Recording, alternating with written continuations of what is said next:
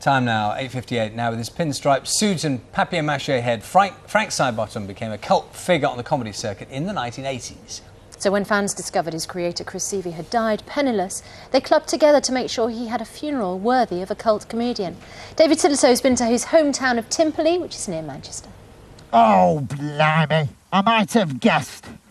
Little Frank, my ventriloquist puppet. Frank Sidebottom, the odd mummy's boy with a papier-mâché head and a passion for reworking pop songs. He was generous, frustrating, creative, hilarious, mischievous, and genuinely, I think, one of the very few people in my life who quite honestly, I would call a genius. 'Cause I'm living in a material world, and I am a material. He died penniless, and he was going to be buried in a pauper's grave. So we set up a fund on Twitter. By the end of the day, we'd raised £20,000. Of course, beneath the mask was a real man, former punk singer Chris Sievey. It was really, really great company, although often sort of slightly dangerous company to keep. What was Chris like?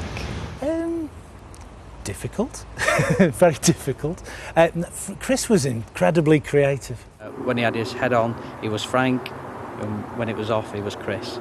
So you couldn't call him Chris with the head on? Definitely not. No, I got a real good stern talking to about it once, yeah.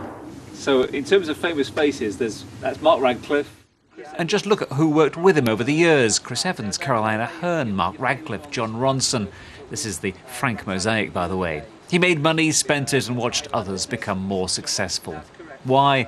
Well, perhaps this might give us a clue. I remember one time we played in Dudley, and there was like 10 people in the audience, and they just completely ignored us for the entire gig and got out of football and split into a five-a-side team. And we were like playing away on stage, completely ignored. And as we went off stage, he took off his head and said, "Best gig ever." Especially where the... David Sillitoe, BBC News, Timperley. Thank you.